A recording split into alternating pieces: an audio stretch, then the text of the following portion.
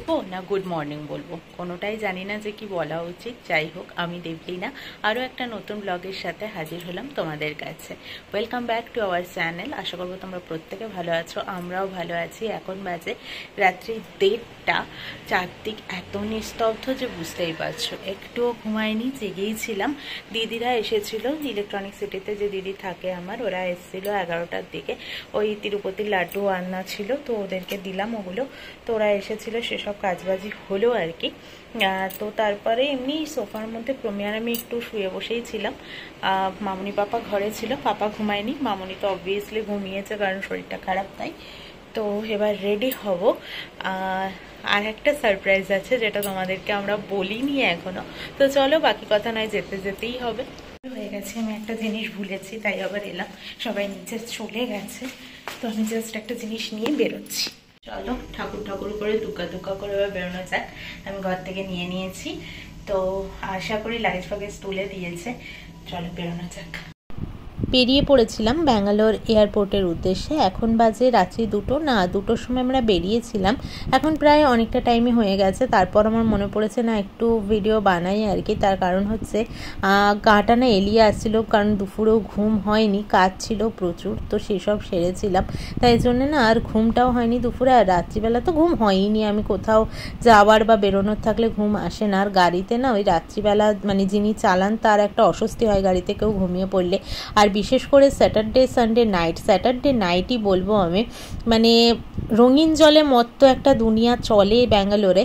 তো সেইখানে যদিও তাদের পার্সোনাল ব্যাপার, সে তারা কিভাবে কাটাবে না কাটাবে সে ব্যাপারে হস্তক্ষেপ করার কোনো জায়গাই আসে না, যদি না সে আমাকে ডিস্টার্ব করে। তো যাই হোক, রাস্তা দিয়ে এরকম অনেক কিছু দেখতে দেখতে আমরা এলাম, যারা নিজের পায়ে চলার ক্ষমতাও নেই এরকম ব্যাপার। তো যাই হোক, টার্মিনাল 2 আমরা পৌঁছে গেছি। অসাধারণ লাগছিল দূর থেকে দেখতে, এত ভালো লাগছিল।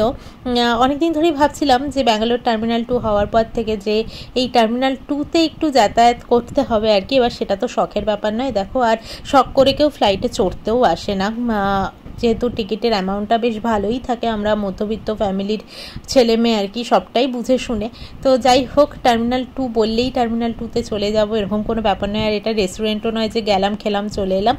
তো যাই হোক, হ্যাঁ একটা হয়ে গেল সুযোগ, তাই জন্য টার্মিনাল 2তেই। আর দেখে বুঝতেই পারছো আমি ভেতরে এসেছি, তার মানে হ্যাঁ আমারও ফ্লাইট আছে।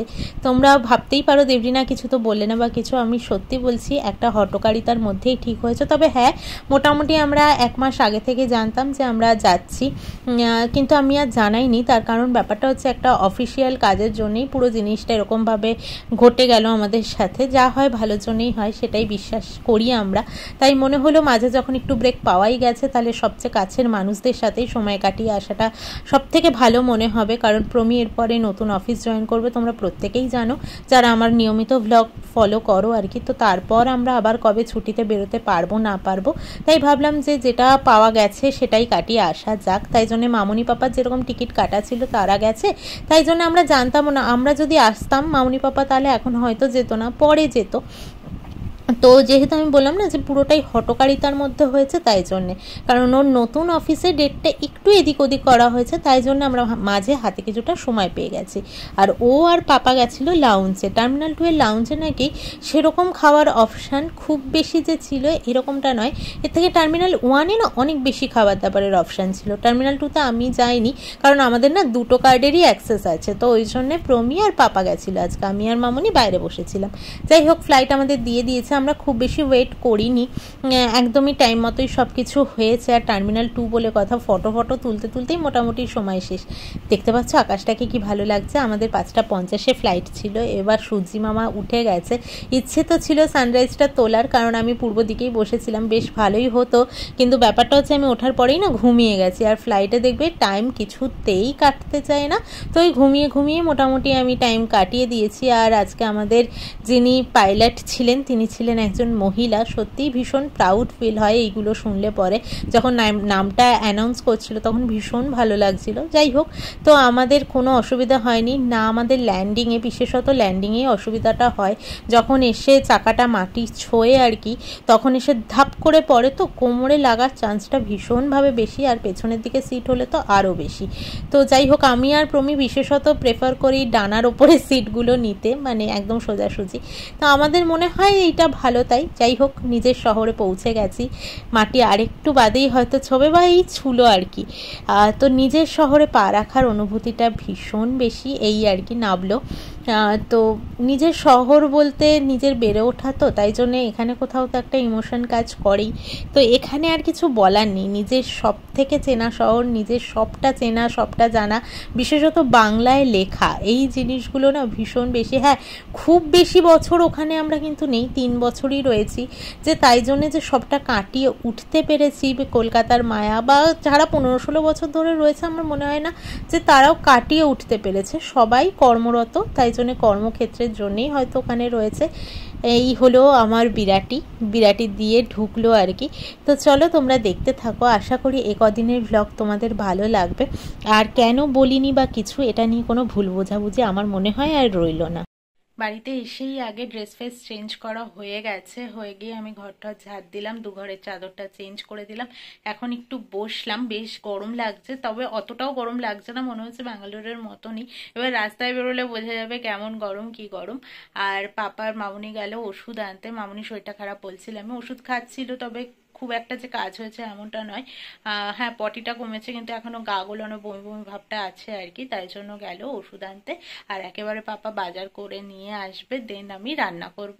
তো তারপর দেখি কি কাজ করি, যেরকম তাহলে এগোতে থাকবে তোমাদের সাথে সেরকমই শেয়ার করব। কলকাতা আসা মানেই হচ্ছে প্রমীর আর আমার খাওয়া দাওয়ার পার্ট শুরু হওয়া। প্রমীর আর আমি যথেষ্ট খাদ্য রসিক, আমরা কতটা খাচ্ছি বা কতটা কোয়ান্টিটিতে খাচ্ছি সেটা বড় কথা নয়, কি কি খাচ্ছি সেটা শুধু তোমরা আমাদেরকে ফলো করবে। এখানে করছি আমি মাছের ঝোল, মাছটাও ভাজা হয়ে গেছে, ফুলকপি আলু এসব দিয়ে বসিয়ে দিয়েছি, শিম পটল সব দিয়ে করছি। আর মামুনির জন্য একটা আলাদা করে করব, কাঁচকলা বিনস ফুলকপি দেবো না, ওটার মধ্যে আলু নেই, পটল শিম এসব দিয়ে করব। আর প্রমীর এসছে ছোট্টবেলাকার বন্ধু সৌভিক দে, তো ওর সাথে এখন বাইরে গেছে, সৌভিকদের বাইক আছে তাই সেটা আবার দেখতে গেছে। বাইক স্কুটি থাকলে বন্ধু বান্ধবদের যা হয় আর কি। রান্না খাওয়ার পর তোমাদের সাথে আর কথা হয়নি, ফাইনালি এখন আমরা বেরোলাম। কি গো, কোথায় চলে গেল বাবা নিচু হয়ে? তো যাই হোক, ফাইনালি এখন আমরা বেরোলাম, যাচ্ছি একটু ও বাড়ি, তিরুপতির প্রসাদ দেব, আর পাফ আনা হয়েছিল সেটা দিতে যাচ্ছি, আর মা বাবার সাথে একটু দেখাও করতে যাচ্ছি, অনেকদিন দেখা হয়নি তাই জন্যে। তো আজকে আবার সন্ধ্যার মধ্যে ফিরেও আসবো।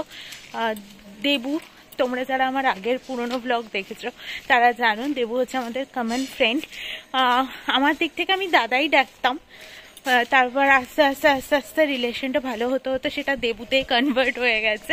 তবে হ্যাঁ, ও আমার দাদা বন্ধু যেটাই বলো না কেন, খুব ভালো সম্পর্ক। প্রমীর সাথে তো ভীষণই ভালো সম্পর্ক, ও থাকে বেলঘরিয়া, তো ও আজকে আসবে বলেছে। আজকে আমাদের আর যাওয়ার শক্তি নেই ওখান থেকে, আর আমি ও বাড়ি হয়ে বেলঘরিয়া যেতে গেলে অনেকটা লেট হয়ে যাবে, তাই প্রমীয়কে বললো ভাই তুই আজকে আয়, পরের দিন রোববার করে ওর সাথে মূলত প্ল্যান রাখার চেষ্টা করছি আমরা। এবার দেখা যাক, ওরও কাজ টাজ থাকে, তো সব ফেলে দিয়ে তো হয় না, কাজ সবার আগে, বন্ধুত্ব বা দেখা করা ঘোরা সেগুলো তো পড়েই থাকে, সেগুলো নয় ঠিক আছে। তো চলো এবার যাওয়া যাক। ভাবি যাবো না তো, ভালোই গরম লাগছে এখানটাতে বেশ, তো ব্যাঙ্গালোরের তুলনায় একটু বেশিই লাগছে না গো বেরোলে? হ্যাঁ বেশিই লাগছে। তো চলো, হয়ে গেছে, এটা হচ্ছে আমাদের বিরাটের গোপাল মন্দির, আর এখানে চলছে ন্যাড়া পোড়া, তাই লোকটা দেখো জাস্ট। আজকে বিরাটিতে প্রচন্ড ভিড়, আমার ফোন বার করা তো দূরের কথা, আর আমার ফোনে চার্জও নেই, সেই কালকে রাতে চার্জ দিয়ে নিয়ে আমি বেরিয়েছিলাম রাত্রি 2টোর সময়, এখন হয়েছে 21%, তাহলে বুঝতেই পারছো আমি কতটা ফোন ঘেটেছি, তার মানে টাইমই পাইনি আমি। তো চলো এবার ঘরে গিয়ে কথা হবে। ব্রেকফাস্ট করেছিলাম কচুরি দিয়ে, লাস্টে লাঞ্চটা একটু ডিমের আঁচে রেখেছিলাম এই আর কি, আবার রাতে হচ্ছে মাটন বিরিয়ানি। তো এইভাবেই চললো আজকের দিনটা। আশা করি তোমাদের ব্লগটা ভালো লাগলো, আর ভালো লাগলে অবশ্যই পাশে থেকো, পাশে থাকতে কিন্তু ভুলো না। তো চলো আজকের মতো টাটা, আবারও দেখা হচ্ছে কালকের একটা নতুন ব্লগে।